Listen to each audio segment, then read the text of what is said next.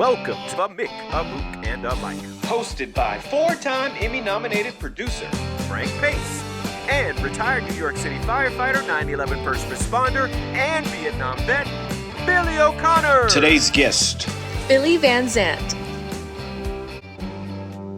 My brother Frank, you're up close and personal here, huh?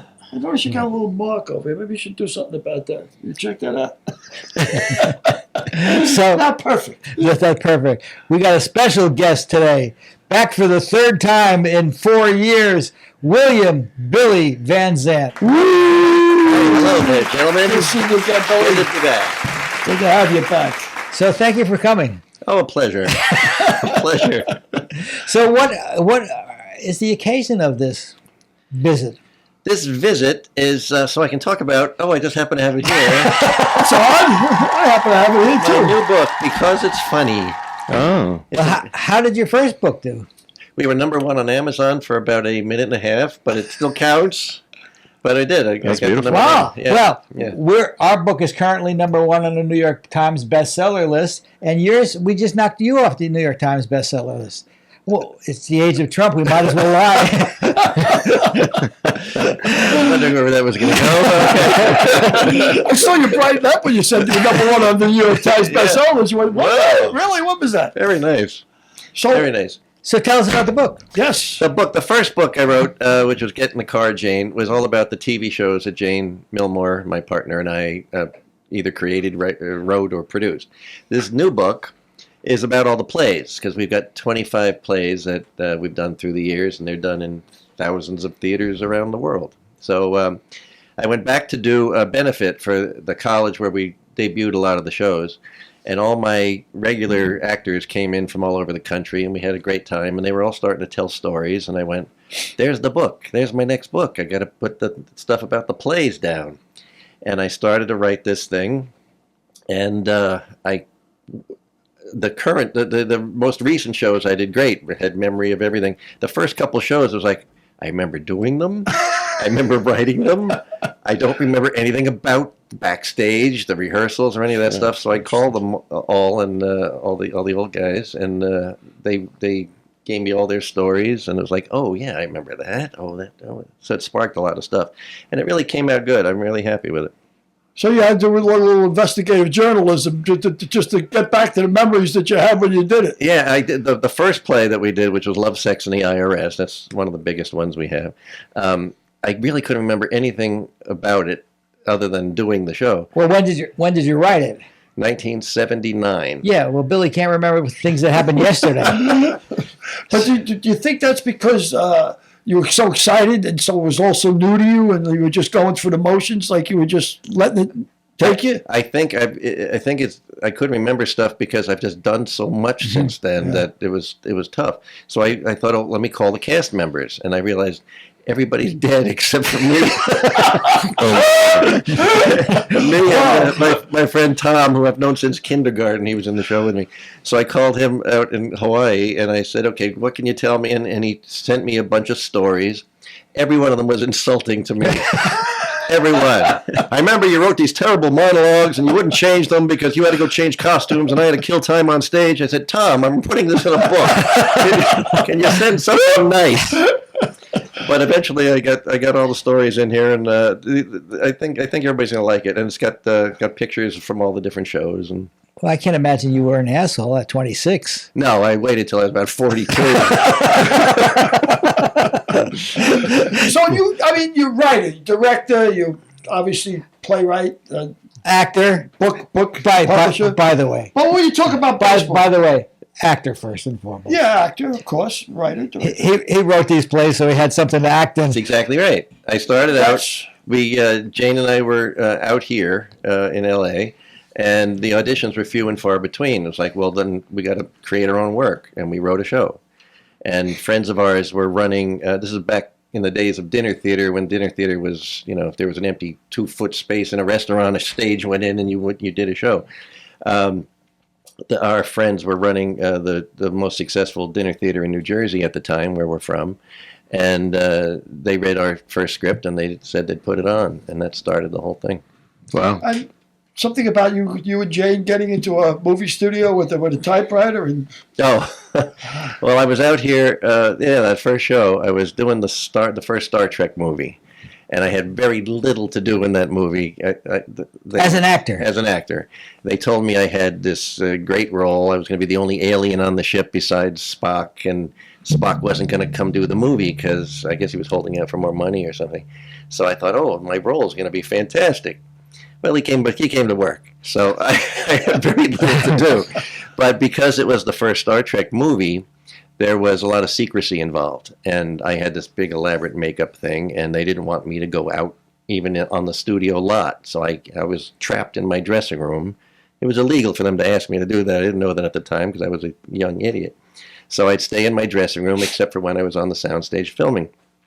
And I said, well, Jane, bring the typewriter. I'm going to make use of this time when I'm not working. I'm not just going to sit here. So she brought the typewriter, and we wrote our first play there. Wow. Yeah. And I will tell this story. William Shatner gets a bum rap a lot, and I don't know why, because I loved working with him. And so Jane was there, and I thought, this is ridiculous. I'm going to sneak her onto the set and, let her see what we're doing. So I get her onto the set, and I said, just hide, we got to hide you back here behind these lamps and all this stuff. And I go and I start filming a scene, and all of a sudden, Shatner goes, wait, cut! There's somebody back there. I thought, oh, my God. And he says, you can't see from back there. Somebody get this girl a chair. Oh, and they put the chair right next to the camera. She sat there and filmed the scene. But that's where we filmed. That's where we wrote our first our play, Love, Sex, and the IRS, with alien makeup on, me typing away. So you've written 25 plays? 25, 23 with Jane and 2 on my own, plus a bunch of children's theater things I did prior to everything. Started I was always writing. But in 9th grade, the drama teacher at the school let me write the show, and I did that. And then in high school, I was writing and directing the children's theater program at this local theater, and we did. If you ever want to have a successful theater, you always have to throw the children's theater in on the weekend. It's a great way to make money, and it was also a great way to learn how to write. Smart. Because kids are very honest, and if they're bored, they start talking. They don't care what's going on stage. So you really learn to write well. And when I did those shows, I knew that if it had a girl's name in the title, that was a successful show, because it would, Cinderella and all those things, they'd be packed. It's sold out. So I did all those sort of shows, except I did them sort of my way. So the first one we did was Cinderella, and I cast 3 big burly guys to play the stepsisters. And I cast a drag queen named Victor Vitamestria, who was brilliantly funny. I had done a production of Peter Pan, and he was Captain Hook, and I was his little assistant, Smee. And he came and played the evil stepmother as Betty Davis. As Betty Davis. With the cigarette. It was hilarious. So it was so successful. The next week I did Sleeping Beauty and had him play Tallulah Bankhead as the witch. And the parents started to complain. And a woman came up to me after the show, and she said, what am I supposed to do if my son sees one of your shows and wants to put on a dress next week? I said, well, bring him back. I'll put him in the next show. The producer didn't care for that, and I changed things and started writing a Superman spoof and all this stuff. But children's theater is sort of where I started. And then... and that's where you met Jane, right? Yeah, it was the same theater. We were both in different high schools at a high school competition. She did a scene from Plaza Suite, and I did a scene from a very obscure musical called Lovely Ladies, Kind Gentlemen, which was a musical version of Tea House of the August Moon. And all I remember about that show is I was in fatigue singing about growing vegetables. I don't even know what this show... How old were you then, Billy? What were we talking? That was a sophomore in high school, whatever that is. 15 or 16? Yeah. That young? Yeah. And so I met Jane at that theater, and then the following year we were cast in Neil Simon's Star Spangled Girl, and then we were together for 46 years right after that. Wow. Yeah. Yeah. You said when you're writing for children's theater, they're the best critics because they have no bias whatsoever, right? So they'll let you know right off the bat if you suck. If it's funny, if it's good. Yeah, that's right. Yeah, true. So you learn a lot from that. You do. You learn how to rewrite. You learn how to rewrite, and you learn how to write fast. Both things helped me when I started writing for TV. But we did this children's theater that we did. Well, I did it when I was in high school, but years later when Jane and I were running our own theater, I put children's theater back in. And you grew up in New Jersey. Let's just New Jersey, reset this. Yes. My family's been in New Jersey since the early 1600s. My kids were the first ones born out of New Jersey. They were born in California. And right up to the end, I was trying to push Adrienne on that plane and get her back to Jersey. I wanted everybody born there. But anyway, yes, so I'm all New Jersey. And so what I ended up doing when we were running our own theaters, I would write these shows really fast. I would write them literally on Friday, cast them on the phone that night, and whoever answered the phone got stuck in my show and had to show up on Saturday. They would come on Saturday, we'd rehearse it for 2 hours in the morning, then I'd go backstage and try and learn the lines while the audience filed in. And yeah, it was crazy. And so they were mostly, it was half improv and half, scripted. And I always had a narrator on stage with a book, going, and then the prince went over to the chair. And then,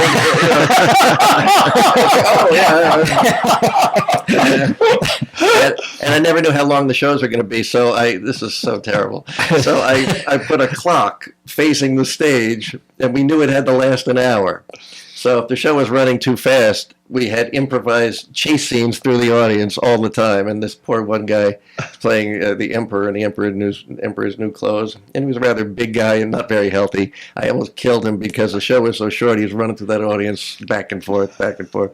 So anyway, but children's theater, yes, a great learning experience. That's great filler in them days. I just thought, just run through the audience. Absolutely. Buy some time. And we'd stretch things like, when we did Rapunzel, the prince would go, Rapunzel, Rapunzel, let down your, and he'd forget the word hair, and he'd yell, chair, and we'd throw a chair at him.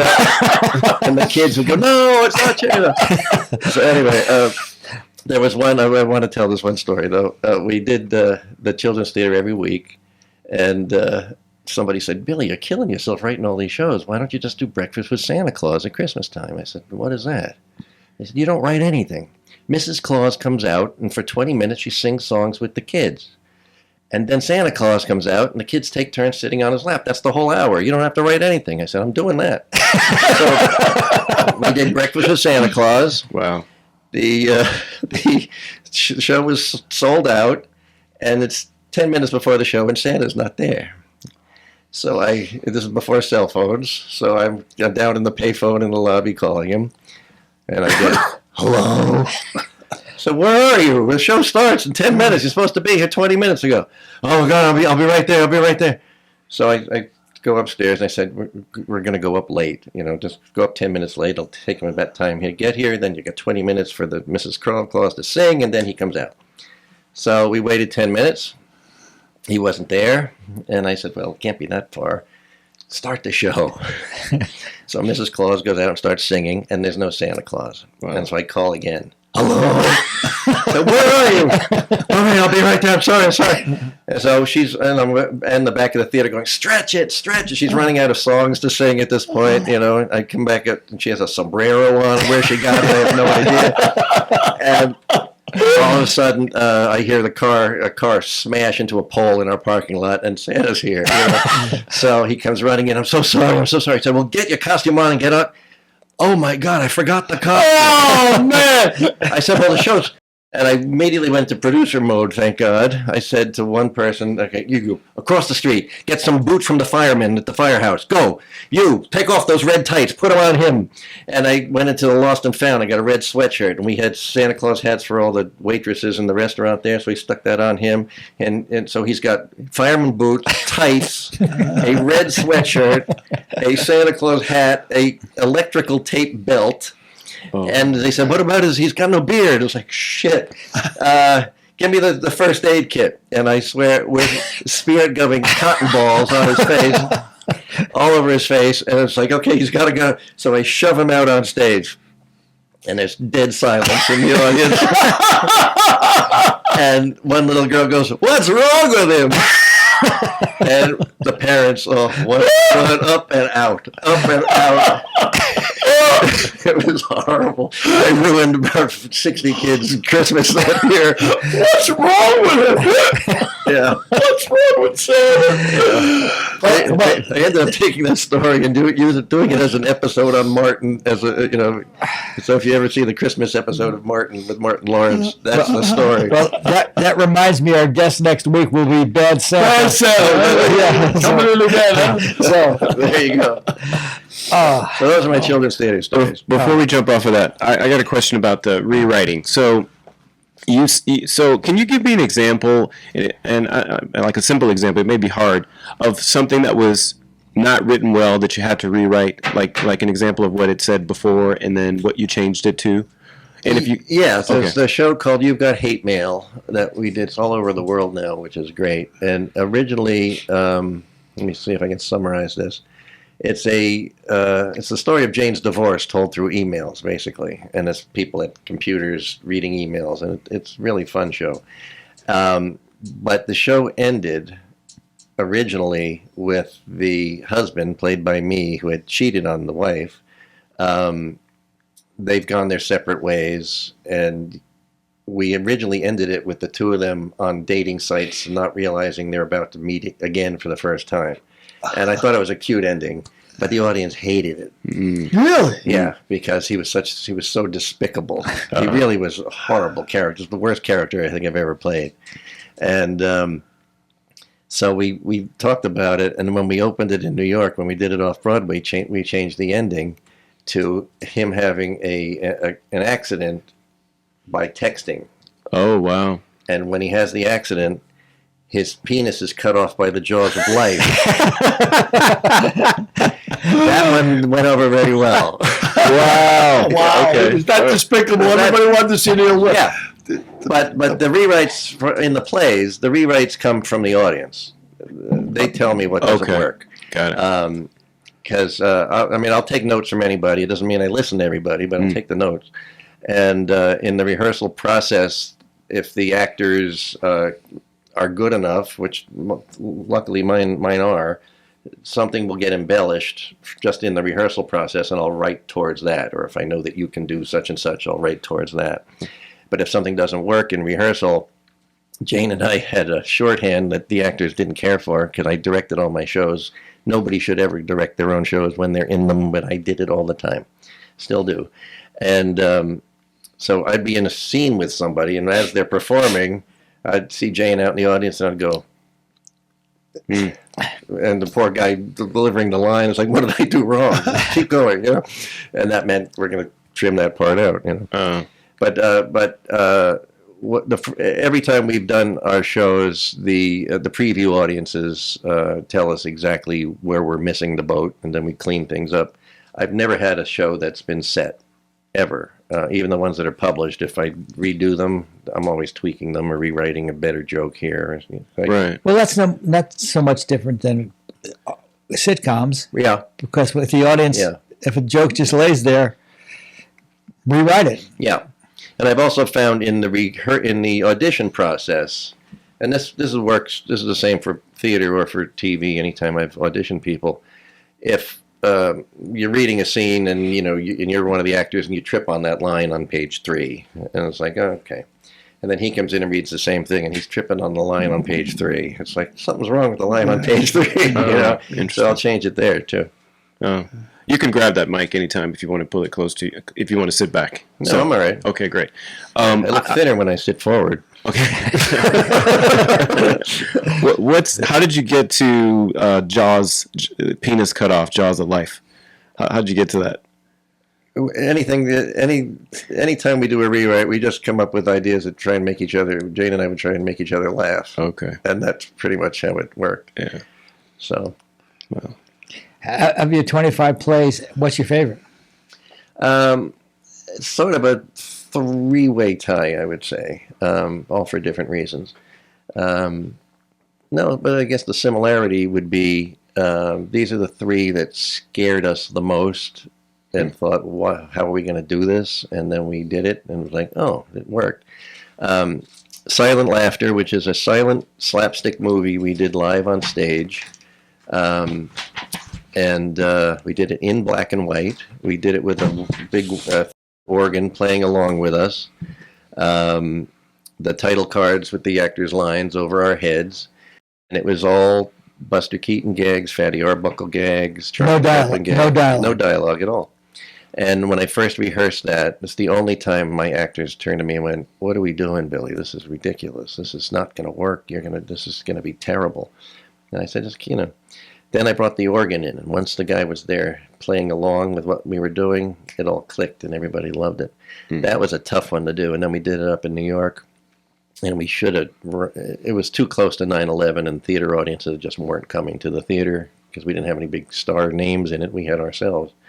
So we ran 8 weeks with that, but that should have run longer. The nice thing about that show is it's done a lot in high schools, so you can do it with a cast of 10,000 if you want, or just 10, how we did it, because everybody's playing different roles. And it's done at a lot of schools for the blind, which is not the blind, the deaf. The deaf. Yeah. Slight difference. They go to the school for the blind. They don't know what's going on. That's a good joke. But they go to schools for the deaf, which is fantastic because the dialogue's written. Right. Yeah, that's one. And the second one would be Merrily We Dance and Sing, which was the first musical we wrote. And we had never written a musical before. And we've always been of the nobody can tell us no because it's our show. We'll do what we want. So we decided it was supposed to be a very short. It was supposed to be a musical. It started. It was going to be the Monmouth County Drama League putting on their annual operetta, and at 5 minutes into the show, we were going to have a mental patient who's escaped from the mental home take over the theater, and the show was going to take place in the lobby of the theater. And then it didn't work right, so we started writing one or two songs, and our friend Ed Alton, who did all our TV music, he said he'd put our music to he'd orchestrate it and all that stuff. But as we started writing it, we thought, oh, this is kind of fun, and we ended up writing a full musical, and the escaped lunatic ended up in the show instead of in the audience, and it was really wild, a wild show. But we really got away with it. It was crazy. So that's my second favorite, and the third one would be my Marx Brothers musical. I got to play Groucho, or a Groucho-like character, we'll say, because I didn't get the rights from the Marx Brothers when I did this. But I was watching A Night at the Opera with my kids one day, and they were young, and I thought, God, I wish I'd written for them, And I went into work the next day, and Jane said, I know what we should do it for our next show. I said, I do too. She said, I want to do a Christmas show. I said, I want to write a Marx Brothers musical. She said, okay, A Night at the Nutcracker. Wow. It was that fast. And within a week, I had a first draft, and it was a ball. It was a ball. And Ed wrote the music for that, too. Ed wrote the music for that. He did Merrily We Dance and Sing. He did Night at the Nutcracker. He did The Pennies, which was our version of the Monkees, which was really fun because it started out to be the story of the Monkees with different names, but then we took it in a different direction. But friends of ours ran an antique car show every year in the park in Red Bank, New Jersey, and it was a huge thing. Took over the whole town, and he had oldies acts come in and sing.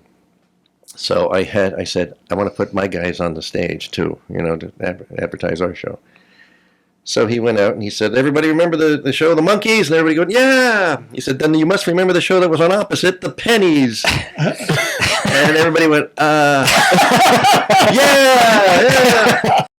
And our guys came out and we had music tracks and they sang live with the music tracks. And I remember Glenn Jones was coming out with his guitar, and the guitarist before him said, you want to borrow my plug? He went, no, I don't need it. They weren't plugged into anything. And by the time they were finished singing, the entire audience had come down to the front of the stage and was dancing along with these songs that they probably guessed they should have known and didn't. And so that one was fun, too. Ed did that, too. How many plays? I'm sorry, go ahead. How many plays have you written before you started the musical? I mean, how many plays before you started the musical? I lose track of these things. Probably 10. 10 or so? Yeah. And did you, I mean, obviously you could sing and dance, right? I mean, No. No. No.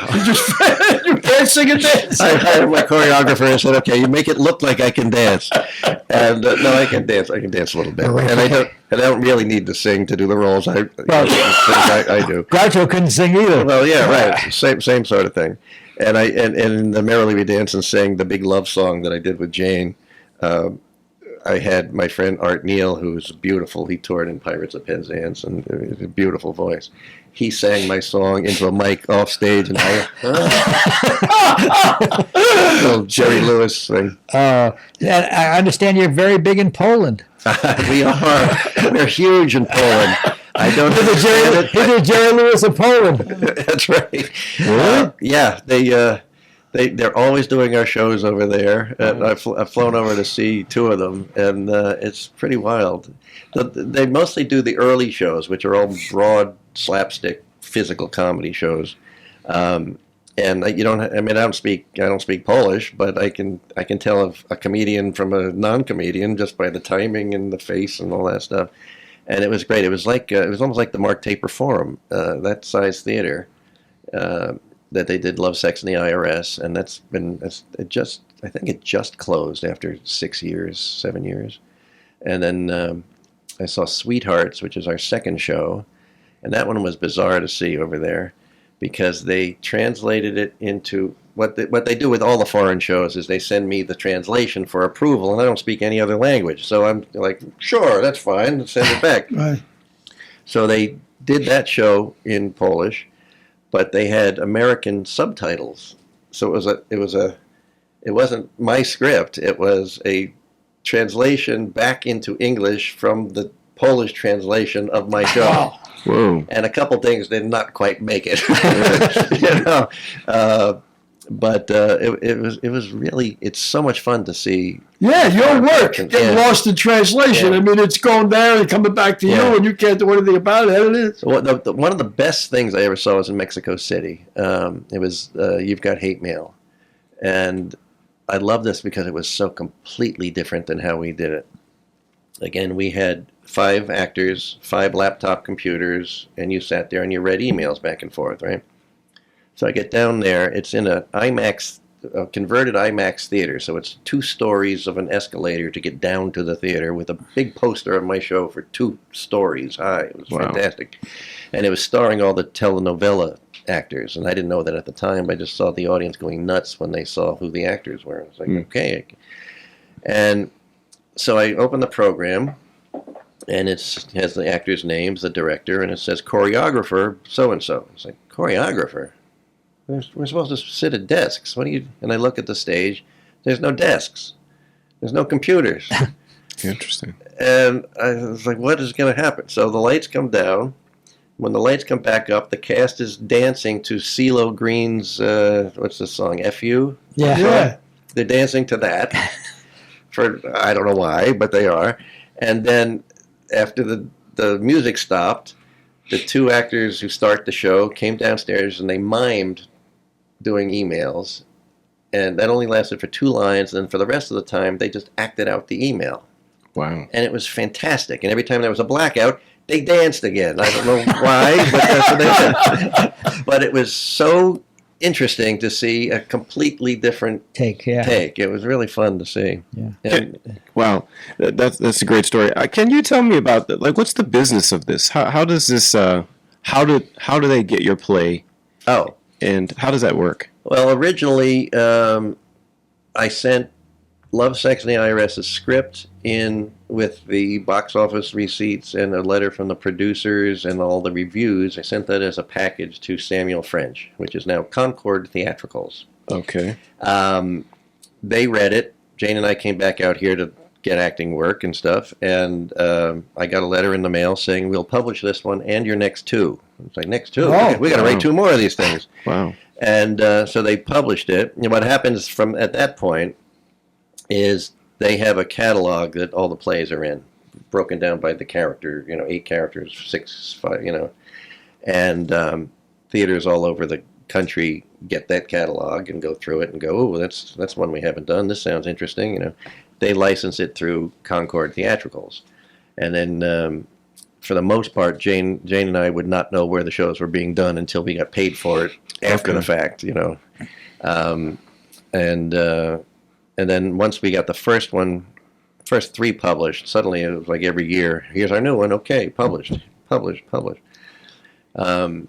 And now it's a different ballgame with Concord Theatricals. They bought up Tams Whitmark, Music International, which did all the big Hello Dolly, those kind of shows, and Samuel French, which had all the straight shows, the comedies.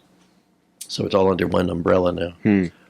So you submit your play to Samuel French at the time, and so they're like the outlet. And so so the production companies, I don't know if that's what you call them, go to Samuel French to look for a production. Yes. And then they buy it from Samuel French, and then essentially they license your play to put it on. Yeah. Okay.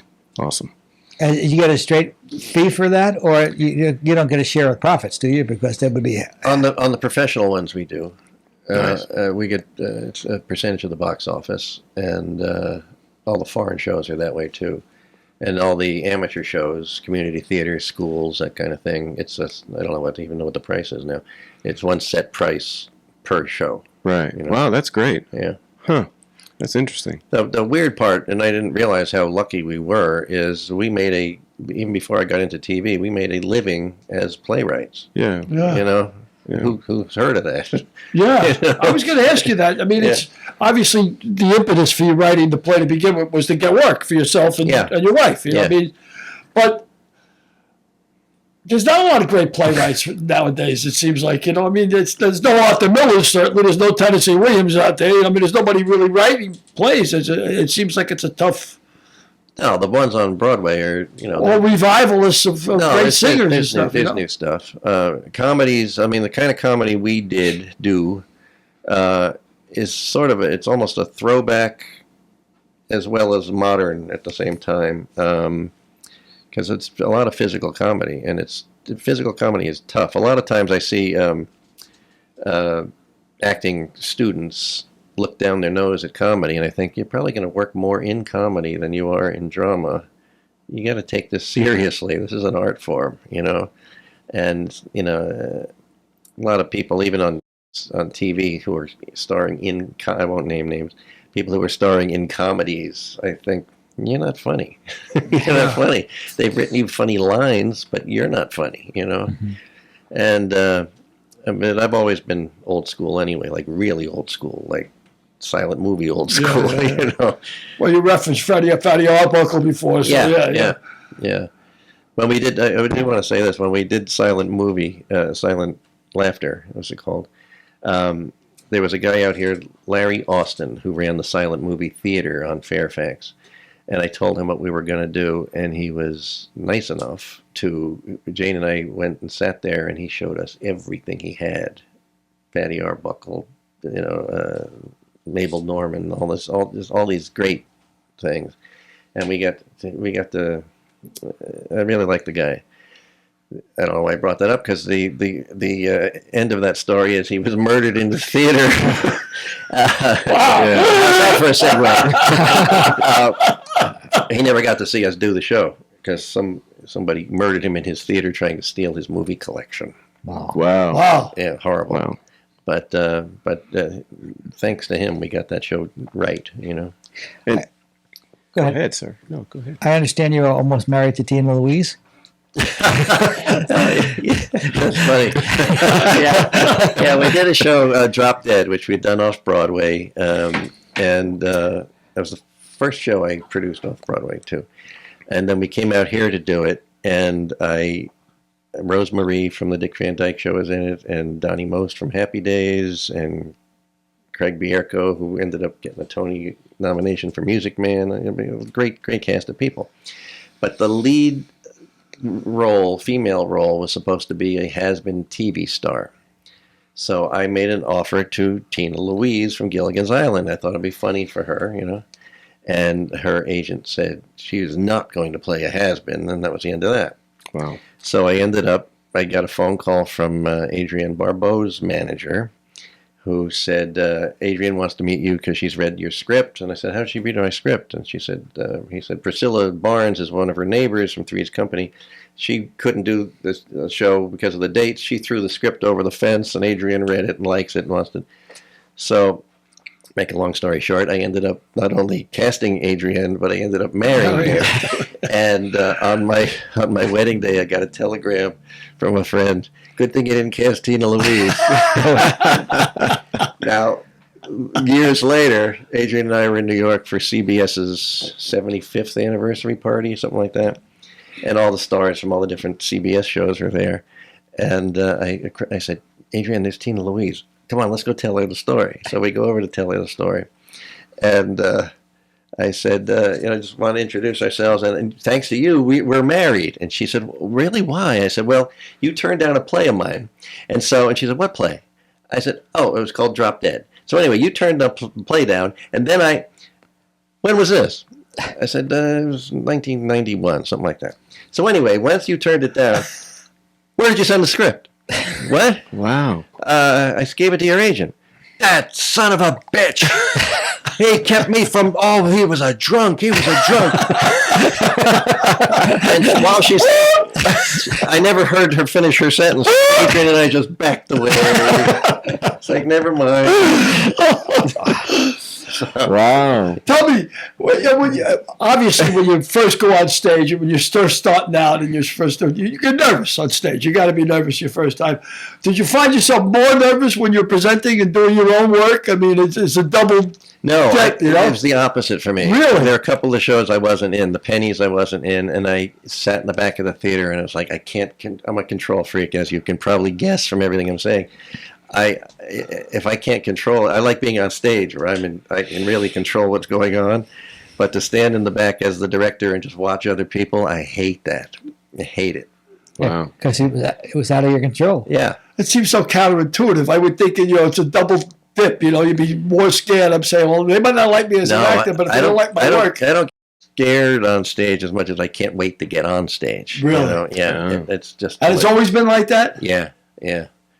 And your fascination with Groucho is continued because you were cast as Groucho himself in The Marvelous Mrs. Maisel. That was so bizarre. I get a call, I don't act all that much unless I usually, at this point, I act in my plays, but for TV and stuff, if somebody calls me and says, I have a guest part for you, I was like, oh, that'll be fun. But I got a phone call out of the blue that they wanted to see me for Marvelous Mrs. Maisel to play Groucho Marx. And it's like, and basically they had seen me do it in Night at the Nutcracker. And so I thought, okay, cool. And so I go to the show, and I can't find the dressing. I can't find the dressing room where they told me it was supposed to be. And I thought, I don't know if I should be doing this. I'm playing an icon. And anytime I've seen an icon played on television or in a movie, it's bad, it's wrong, and what am I doing? Everybody knows. And I come to this little PA girl and said, I can't find the dressing room. And she said, who are you? And I said, Billy Van Zandt, I'm playing Groucho Marx. Oh, okay, I'll find out. The man playing the Grouch is here. I don't have to worry about it. It's fine. Unbelievable. Groucho. Yeah, it was a little cameo, but it was fun. I'm glad I was part of that show. What season was that? I think last season. No, the one before the end. I don't know what number. Okay, great show. Yeah, I thought. Yeah, anyway. Yeah. Yes. The pregnant pause, as they call it in literature. I got so much. So keep going, baby. How do you know when you're in community theater? Oh, I know. Yes, this is funny. I don't remember all these things, but ever since the internet sort of began, there's been these running lists of it's a joke list of you've done community theater if, and it has a list of all these very truisms there. You've played somebody's father who's older than yourself, that kind of thing, or you've repaired a tuxedo with some magic marker. You know, those things that in community theater make sense. And it always ended with, "You've ever done Love, Sex, the IRS, or a play by Van Zandt and Milmore?" Which is wild. And so I included that in the book. Wow. The other thing I included in the book, which I'm so glad I did, is when I called all the actors to get their take on, you know, to sort of make me think of certain things. After a while, I thought, you know what? I'm going to give them a free voice. So I wrote them all back, and I said, send me whatever you want to say about having worked with Jane and me, you know, anything, direct my direction or rewrites or anything, you know. And they all sent me back such great stuff. I put it in the back of the book under the cast ad libs, and I put it into different topics. You know, injuries that we've gotten during the show, and everybody has a story because everybody gets hurt in my shows. they do. In fact, I do want to tell this story. Glenn Jones, I mentioned him a lot because he's in every show we do. He's hilarious. His car got totaled by a drunk driver after rehearsal one night, and he goes to the hospital, and he's feeling fine, but the doctor comes in and says, "Glenn, I don't know how to tell you this, but you know, you're much worse than you think. You have a chip in the bone in your neck right there." And he said, "Oh, that's not from the accident. That was in Drop Dead. Billy had a doorknob in his hand and slammed me against the wall and hit me in the neck." "Oh, okay, all right. Wow. But you've got ribs that have been fractured." "Oh no, that's not from the car accident. That's from silent laughter. I fell on my gun, and you know." "Hey, well, what about the scrape on the side of your face?" "Oh, that we had a plastic fruit fight in rehearsal last night, and a pear cut my face." And the doctor turned to him and said, "Well, we've learned one thing here today, Glenn. You're better off getting hit by a drunk driver than you are enjoying those Van Zandt Milmore shows." Very big on physical comedy. Yeah. Very big. Yeah. Who's your favorite physical comic? I mean, looking at Dick Van Dyke. Well, he's pretty great. Buster Keaton's the best. Then I would put Van Dyke's in there. Jerry Lewis. And what I didn't know until recently is that Stan Laurel punched up a lot of Jerry Lewis movies. Mm-hmm.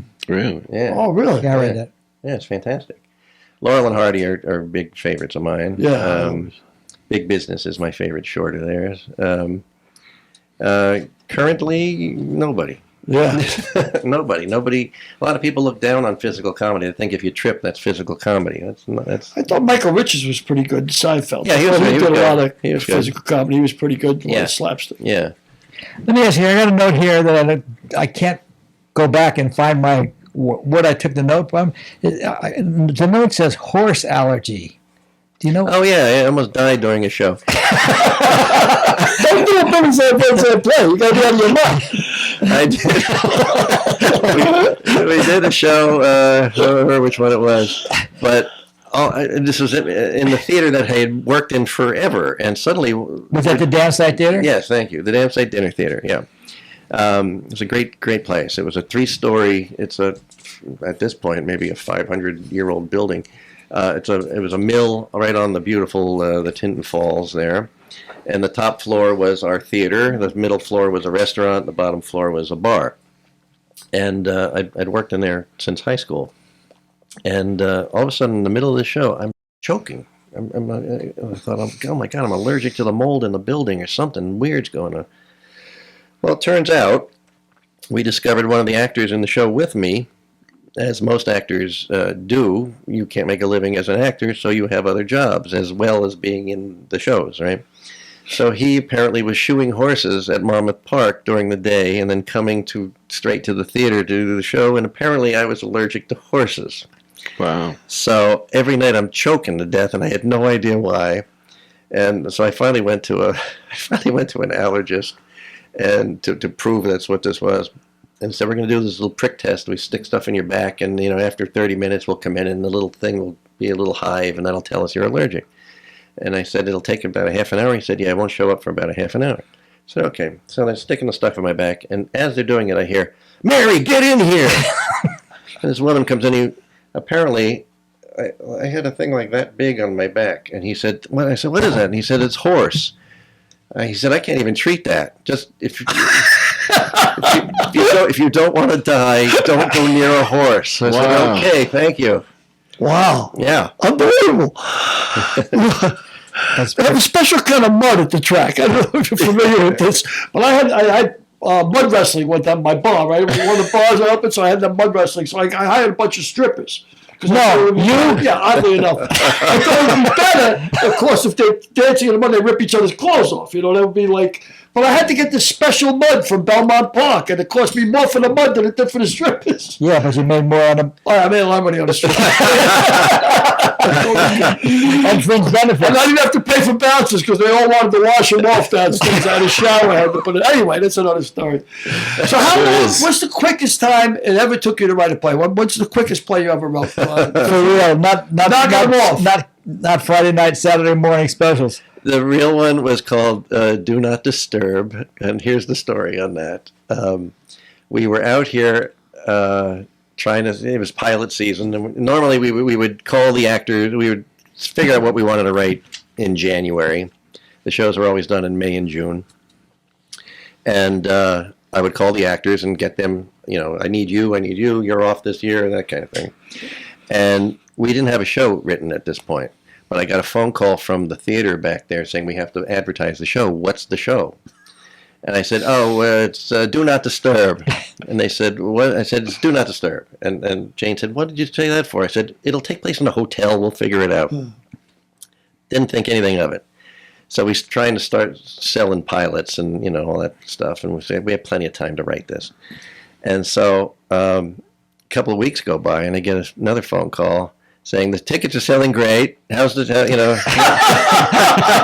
when do we get the script? It's like, not yet. The set designer wants to, I said, well, here's, what I want is a hotel room. Think of the Plaza Hotel. I want a bed dead center. I want an entrance over here. I want an exit to the bathroom there. A window over here. When do we get a script? You don't need a script. That's just what I need. Okay. So they start building a set for a show that doesn't exist. And I said, okay, Jane, we've got a couple of weeks now. We didn't sell anything. Let's sit down and take care of this. And we get the Bud Grant, who we were under contract to, a production company. He comes in. He says, I found the I Love Lucy pilot. No one's seen this in 40 years. It's been lost. Do you want to do a TV special about it? I said, absolutely. So we then take and for your audience, for our audience, Lucy's Billy's idol. Yes, she's the whole reason I wanted to go into this. So we go to CBS to sell this pilot, and then we have to write the script for the pilot because it was 35 minutes long, and they wanted to chop it up, and we said, no, you can't chop it at all. I want a full hour, and we'll fill it in with talking heads talking about how the show was created and all that stuff. So while we're doing all that, I'm getting phone calls from the actors. What am I playing? I said, oh, you'll see it when you'll see it when we get there. And so we finally, the TV pilot goes well. We're now 3 weeks from opening night. We don't have one word written on a piece of paper. And I said, okay, Jane, we got to come up with something here. And we decide that we're going to write vignettes. 6 vignettes will take up the whole show. And, but instead of writing one play, we now had to write 6 plays. It wasn't really a smart way to go. And the only thing I knew that had to be in the show was a girlfriend and I had gone up to Solvang, the Swedish kitschy capital of California, and I saw these Valkyrie hats, the big horn, hats. And I thought, this is the funniest things in the world. So at the time, I bought 3 of them and said, Jane, I don't know what our next show is, but it has 3 Valkyrie hats in it. So that's all I had to go on. We had 3 weeks to go. So we wrote a vignette, 1 vignette, and got off the plane, met our actors who wanted scripts, and they didn't get one. They said, okay, since I've been in California, we have a new way of deciding that we're going to rehearse. We're going to rehearse the first scene until it's perfect. Then you'll get the second scene. So we did the first scene for 2 days while Jane and I were back at the house at night going, okay, what's the second scene? So we came up with, we made it all the way to the dress rehearsal, and we put it all together, and the actors are on to us by then. But the show was too short. What was that? I don't know. That's me. Okay. So the show was too short. And I said, okay, I'll write one more scene, but I don't want to have to learn any lines. So I wrote a scene where Jane is on a date with a guy, and her ex-boyfriend, played by me, is following them around everywhere. And I was a mute. Good for writing. Yeah. So we do that. We put the whole show together. We opened it up. We got great reviews, and one of the standout reviews was the fact of the opening scene where the ex-boyfriend, who has no voice, tries to, it's all symbolism of me not speaking and all this stuff, and we got away with it. That is the fastest we ever wrote a show. 2 days before we opened was the finished product. So I'm sorry, go ahead. So that reminds me of, you bringing up Lucy.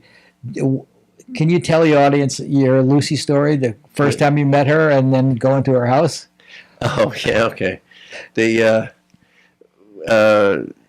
first time you came out to California. First time I came to California, I was doing the reshoots for Jaws 2, and I went straight from the airport to 1000 North Roxbury Drive, which was Lucille Ball's house. And Jane was with me, and she said, "Why are we?" I said, "I got to meet her. I want to meet her, So I pull up in front of the house, and I start to get out of the car, and Jane says, "What are you doing?" I said, "I have to meet her." And I shut the door, and she hid. Jane hid under the dashboard. And I walk up to the front door, and I knock on the door, and a Japanese house boy, whatever, answers the door. "Yes?" "Billy Van Zandt's here to see Lucille Ball." "She's not home." Slams the door in my face. I get back in the car. We drive away. 10 years later, I was a guest of Lucy's in her house for the opening of Life with Lucy, that last TV show she did. So I'm now with my idol, and we're sitting around, and everybody's chatting, and I thought, I'm now comfortable with my friends, my new friends.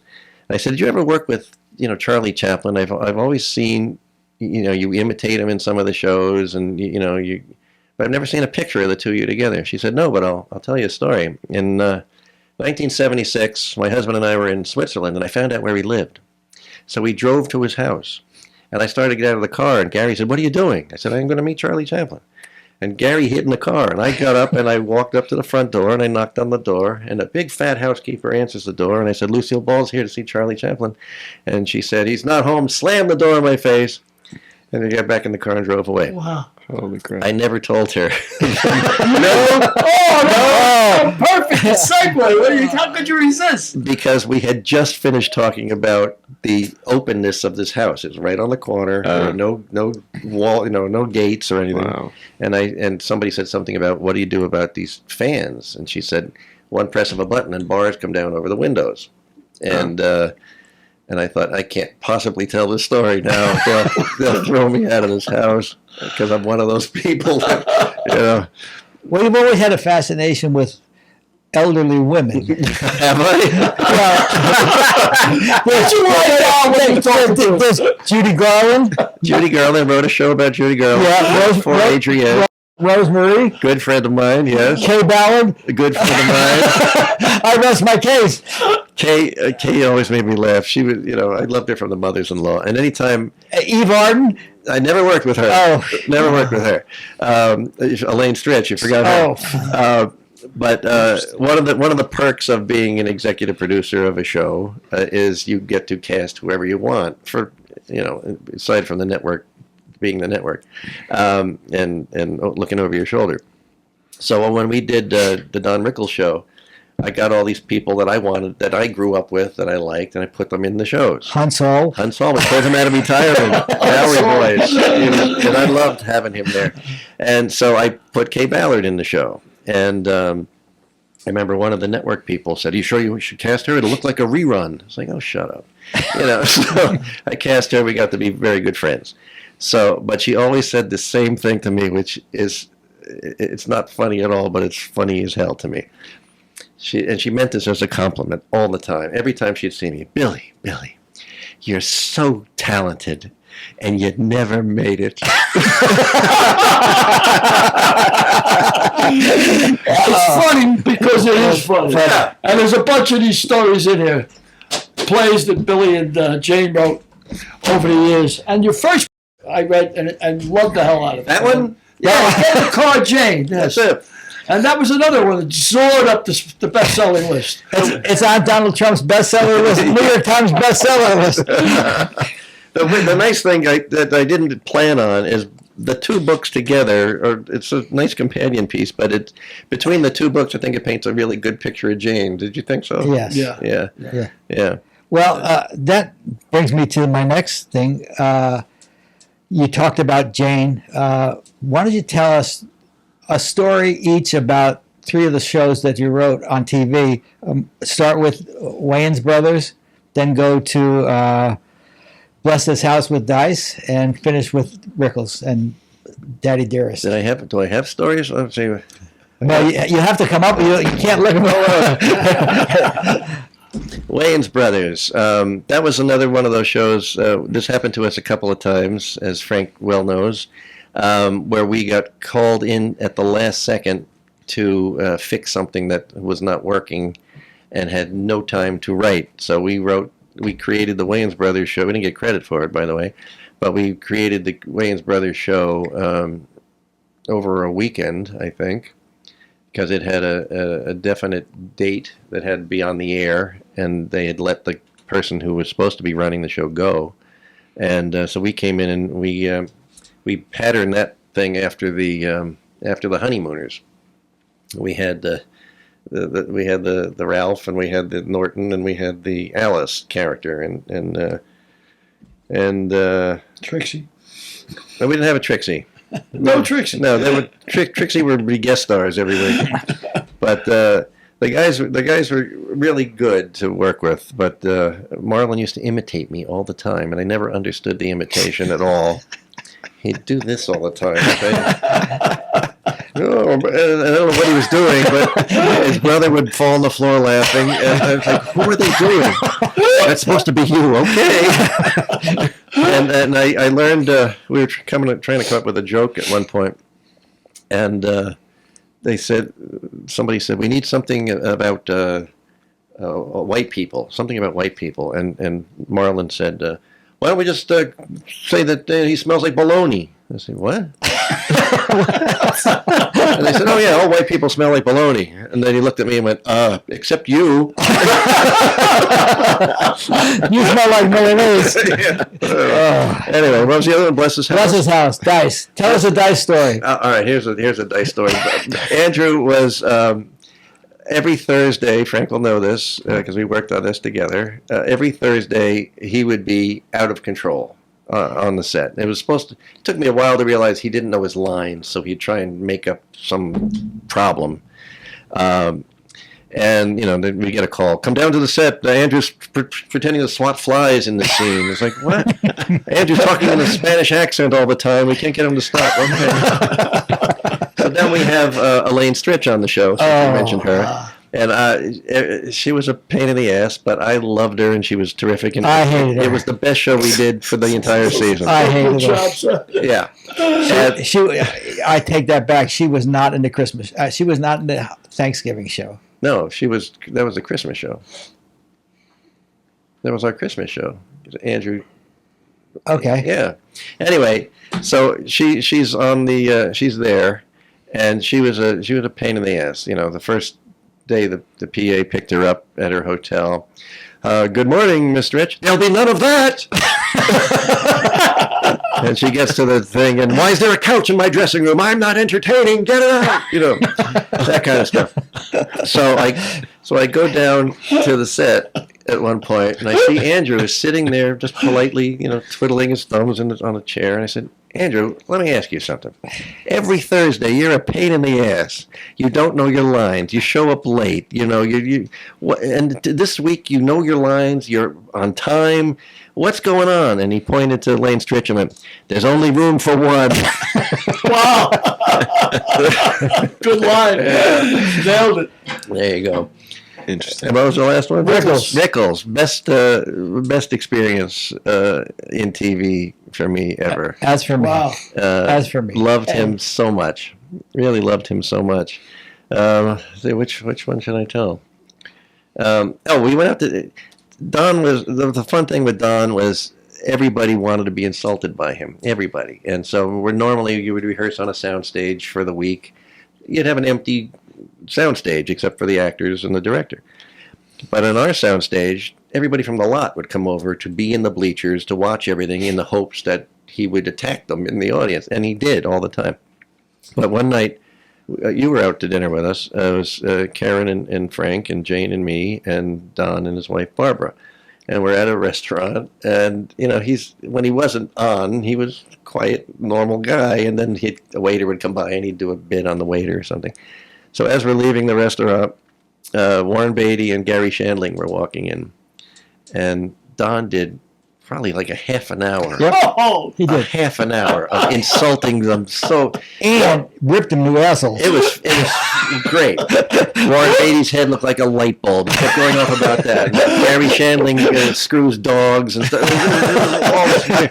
And he did for maybe a half an hour. He's doing that, and then everybody's crying, laughing, and we walk outside, and Don just turns to us and goes, "Did I do okay?" He said, yeah. I thought he said, I still got it. Oh, okay. He said, I still got it. Still amazing, huh? Yeah. 45 minutes. It was great. Yeah. And it was only a year, 13 weeks. Yeah. Yeah.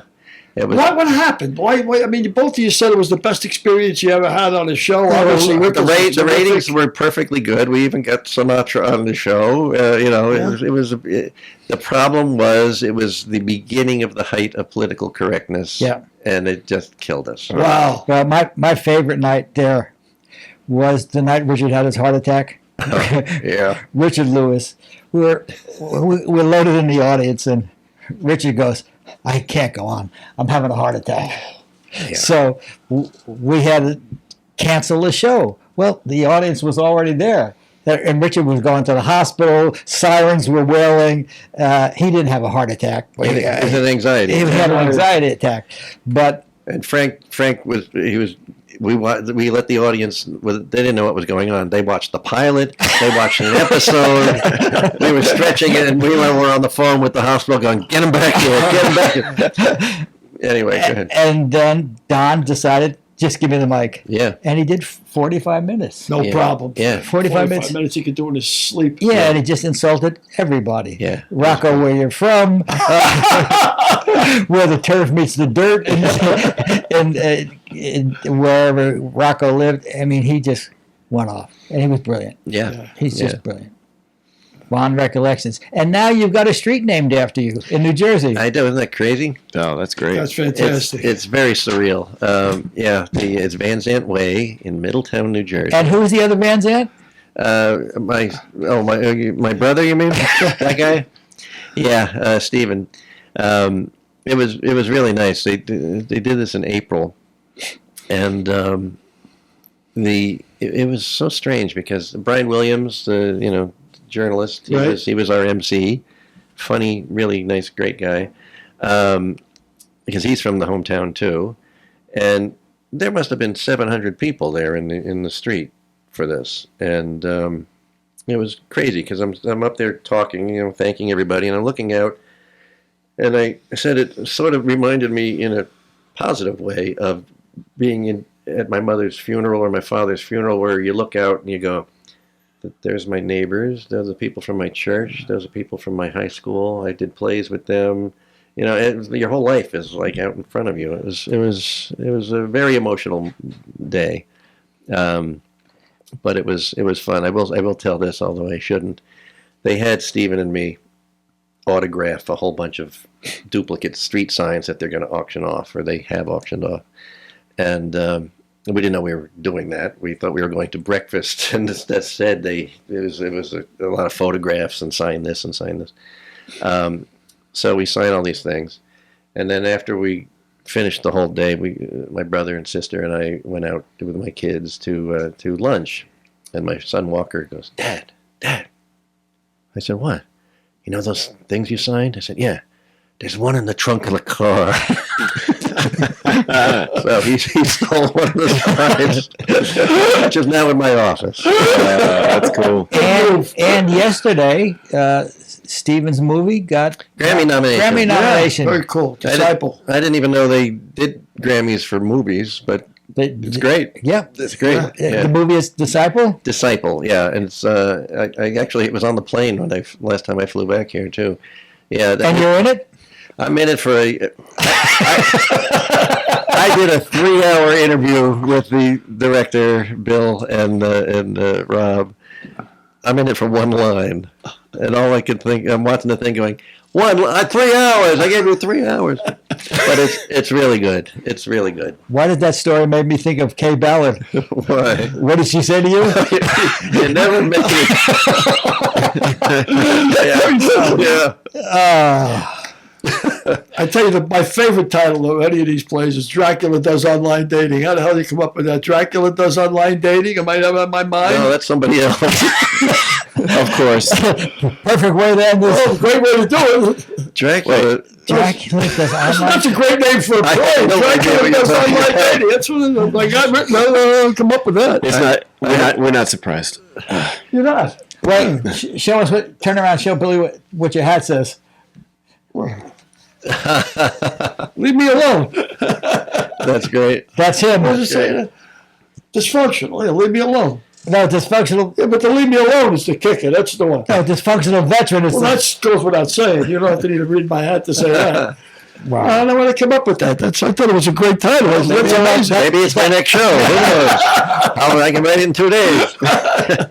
How long does it normally take to what's the normal average time to write something, or write a play? It depends on the thing.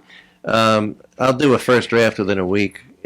Okay. 'Cause I don't believe a lot of people don't like me saying this. I don't believe in writer's block. I think it's just a bullshit, lazy thing people say.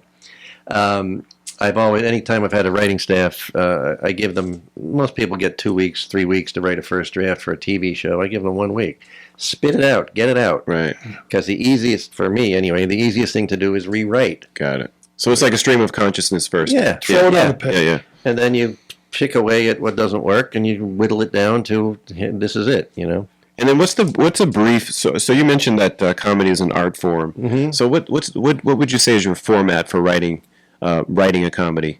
So how do you just a moderate structure? I have no idea. Oh, really? Well, first you come up with story. Yeah. Story, yeah, but every play is different. Some of them are outlined to death. Some of them, the characters take you someplace. Sometimes the early shows were all written backwards. I would come up with the gags I wanted to do on stage and find a plot and string it through the gags. So you'd find a plot after you that's not the way to do it. That's not the way to do it. I was just thinking, how am I going to say without you better that that's not the way to do it? No, not at all. Well, I'm glad you said it for me. Yeah, because I never had any. I never had any training on how to write. If you read my plays in order, our plays, if you read our plays in order, you see the learning curve of, I don't not quite get it. Got it. Oh, now he knows how to write. Okay, now it's even better. All the early shows started out with me, as every writer, any actor who writes, it's always about you, Right. And then as the years went on, I grew to realize the story is the important part, and that whatever I got to do had to fall into the story, not the other way around. And then as we stopped writing the farces because I was at Jane's house one day and her relatives were there, and I heard somebody say to her aunt, "Are you coming to the new show?" And the aunt said, "Let me guess. Billy has to pretend he's something he isn't. Jane looks pretty, and then there's a chase scene at the end. I've seen it." Wow. That is.